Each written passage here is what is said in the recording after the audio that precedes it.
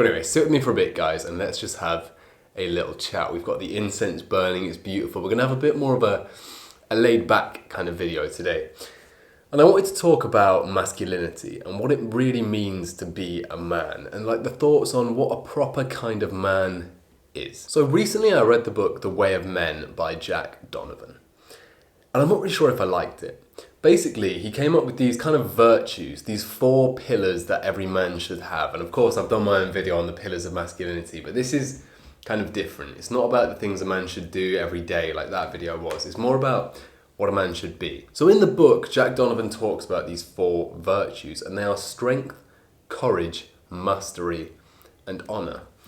And let's just go through those quickly. So what strength means is, it's pretty self-explanatory. It's literal physical strength. So it's like the ability to beat someone else up. Basically, that is what it boils down to. But on the flip side, it's also the kind of like the ability to resist an outside force, the ability to hold fast, the ability to be in the freezing cold and to be okay with it. That's what strength means. And then courage is kind of the flip side of that. So what courage is the ability to use that strength. So it's all well and good to be strong, but courage is the arm that moves the fist. And there's a link with this form of courage with the original sort of Platonic ideas of thumos, which we've spoke about as well in this whole video. It was about lighting the fire. But anyway, thumos for Plato was the kind of raw courage. It was courage in its purest form. It was a kind of energy that exists within everyone, a fire deep within the belly rather than a heady energy like most of us experience. Because everyone knows that kind of energy when you drink a cup of coffee and you feel a bit like kind of buzzing, kind of excited. That sort of buzz, that's the perfect word for it. But thumos is a deeper feeling. It's kind of rooted in your stomach and not in your head. It's like a low hum of the engine. That's what courage meant for Plato. Jack Donnovan describes it in a different way. He talks about gameness. So this idea that in dogfighting, the winner of the fight isn't the dog that beats the other dog. It's the dog that keeps coming out. So every time they open the gates, the dogs will rush out to fight each other. But slowly, they'll open the gates and the dogs will like stop coming out as quickly. Maybe one of them will like cower in the corner or some shit. The dog that is game is the dog that wins. A lot of masculinity revolved around that idea of being game. That idea of having thumos. Next was mastery. It was the idea that for a man to be a good man, or to be good at being a man, should I say, he had to be a master of his own sort of craft.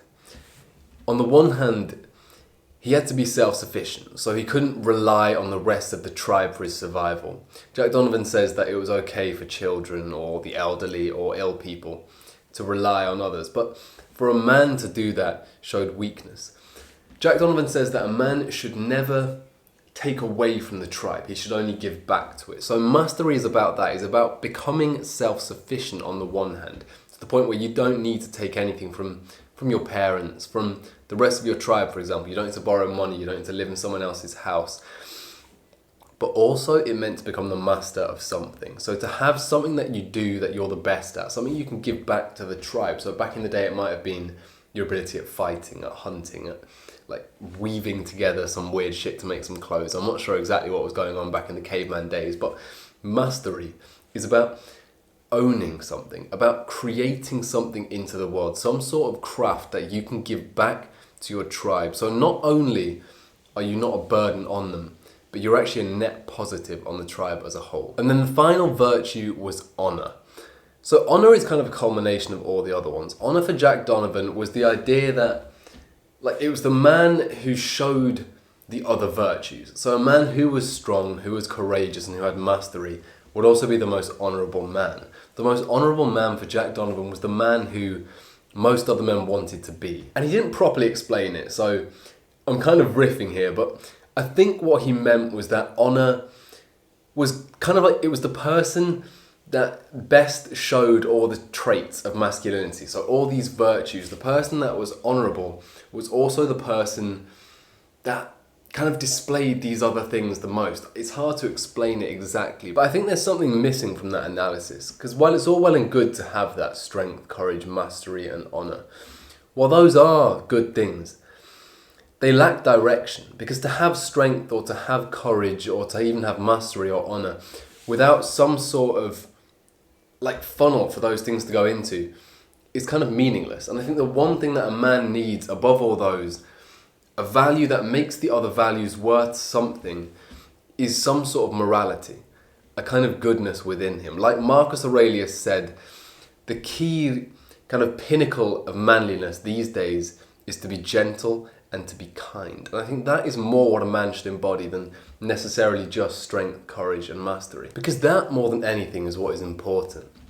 The other values are kind of meaningless. They're detached. They float away without the glue that is morality, without being good. So at the moment I'm reading The Second Mountain, which is a great book. I've only just started it, so I'll make some more videos when I finish the book. But it basically has this idea that the first mountain people conquer is their own ego. They conquer their aspirations. They reach their career goals. They get the girl they want to get with. They get the car they want. Anyway, they reach these material aspirations. But the second mountain, the kind of peak of humanity, is when you commit to things. When someone commits to ideas of family, love, community, faith. When you have that other thing to kind of give back to. A man only becomes a real man when he can channel his strength and his courage into some sort of service. So I think that, more than anything, is what you need to cultivate. So of course, build this strength, go to the gym, whatever. Build the courage by exercising your strength when you can. Develop some sort of mastery. Get out of your parents' home, start earning your own living and become the master of a certain craft. But at the same time, remember that you need to be a good man. It's all well and good to be good at being a man, but you need to be a good man in this world to feel anything. Because arguably, a lot of very bad people are very good at being men. And I know Jack Donnovan does make the point. He's not completely against the idea of being a good man, but I don't think he places enough emphasis on it. But he says people like Joseph Stalin, for example, arguably were good at being men. They were strong characters. They were courageous characters. They were fucking masters of their craft, of sending people to the gulag or whatever, or running a state. They were masters of that craft. And they were honourable. They displayed these qualities well. People knew that they couldn't cross those people without impunity. Someone knew that if they fucked up around Stalin, they were going to be sent to the gulag. So they were definitely honourable people. But were they good men? See, that's the question, and I would say no, and I'm sure a lot of other people would say no, and that means that you can have all of these things, but the one thing that actually makes a difference, that changes you from kind of good at being a man to a good man, is morality. You need to become a good person. And a very easy way of doing that is giving. Start becoming a generous person. Give away your possessions, but also give away your time. Kind of aggressively start to serve people. This is the advice I give a lot of people at the beginning. It's aggressively follow this generosity. Become like a saint. So I remember when I read Les Miserables, at the beginning there's this character, he's called the Bishop, I don't think he ever gets a real name, and Jean Valjean, who's the main character, shows up at the Pope's doorstep. And Jean Valjean's just been in prison, right? And Jean Valjean's looking around at this place and he's like, oh fuck me, there's a lot of cool shit here. And he starts looking and nightfall comes and he starts taking stuff. He puts the candlesticks in his bag, he takes all the silver spoons and plates and he runs away. And in the morning the police come to the monastery and they have Jean Valjean and they say, look, Bishop, we found this man stealing your silver and he had the nerve to say that you gave him this. And the bishop looks at the policeman and he says, that is right. But, Jean Valjean, you left so early. You forgot about this. And he takes down a great silver painting of Jesus and he hands it to Jean Valjean and says, you forgot I gave you this as well. And that is the aspiration of the man you want to be. This man is aggressively generous. It's a weird thing to say, but it's true. These people, the policemen, came to him and they brought him someone who had stolen from him, and instead of saying, lock that fucker up, they said, no, you forgot this. They gave. The bishop gave more, even after facing the thief that had stolen all of his things. And that is the level that we need to start aspiring to as people. It is to become aggressively generous, to become a good man. So go and do it. Go and do the things that people don't normally do. Cook up a great meal in your kitchen right now and bring it to a homeless person. It's winter, it's getting cold.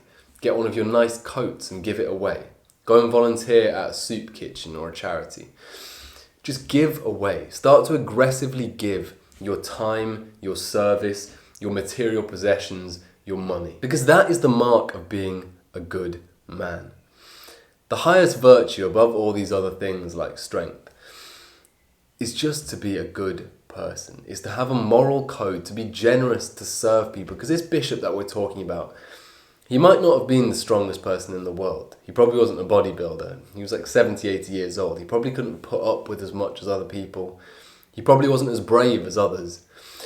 But because he was so giving, because he lived his life for other people, in reality he was the strongest man of all. Because it takes so much courage in your life to say, you know what, I am going to live a life for others. I've been given this life and I have two choices. Either I can live it by myself, for myself, striving only to achieve material possessions and accumulation that benefits me, or I can live this life to benefit others. I can earn this money to give it to people less fortunate. I can spend my time making this person food. I can look at the thief who's stolen from me and say, I forgive you. Have this as well. And that is a big part of it too. It's like the bishop. Forgiveness is such an important part of masculinity, of real masculinity. Because that is the thing, is forgiveness in reality is one of the bravest things a man can do. I think forgiveness has this image in current society of weakness. So if, for example, someone stole your fucking phone and you said, okay, I forgive you, people would look at you like a pushover. They'd be like, oh, fuck me, man, that guy is so weak. What a pussy. Like, he just gave away his phone. What the fuck? But really, it's a reflection of strength. And it's a reflection of security. And of course, I'm not saying give away your phone if someone steals it. Like, that's a bit different. That is a lot of money right there. But forgiveness is the ultimate, it's the pinnacle of strength and security in oneself. To be able to say, you know what, deep down in my heart, because this is basically what it is, and it sounds a bit arrogant or whatever, but basically what forgiveness is to say, I recognize the fact that you are ignorant. As a human being, like all human beings are, you have some degree of ignorance. The reason why you're stealing is because you're hungry. It's because you have aspirations. It's because you're frustrated with society. It's because you have a family that you need to feed. And so the strong man, realizing these things, can forgive because he knows that humanity is ignorant. Like the bishop knew that Jean Valjean was ignorant. He knew that he was doing these things not because he was a bad person, but because he was a person. Because human nature is to do stupid things. The human spirit, when it's not developed, when no one has taught it any better, it tends towards violence. It tends towards theft and selfishness. And it takes a strong man, it takes a wise man and a powerful man to look at the weakness in every single person and to forgive it. Because he knows that deep down in his heart, he is the same as those other men. So they are the things to take from this video. Is number one, true masculinity, at least in my eyes, comes from aggressive generosity. It comes from giving actively. Every single day, make it a part of your routine to give. And the second part of it is to forgive. Is when someone commits some sort of trespass against you, instead of getting angry at them, instead of being annoyed at them, to recognize their ignorance, just like your own ignorance, and thus to forgive them. Anyway, I hope you enjoyed that more kind of laid back style of video. So I might try and do this next week's videos in this kind of style. So please let me know what you think about them in comparison to the old style of videos. Anyway, thanks for watching. Leave a like and a comment. You'll find those right below the subscribe button. And join the Discord. It's full of young men just like yourself who are trying to grow themselves, trying to better themselves. Come onto there and talk to me and the other guys about your self-improvement journey, about your struggles, about your successes, about your journey towards becoming a man. Tell us about generous things you've done, aspects of your life where you've forgiven. Also, recently I've started doing video calls, so go back to the description and you'll find an application form. Fill in your preferred date and time and book yourself in for a free one-to-one video call with me. Anyway, manifest excellence. Goodbye.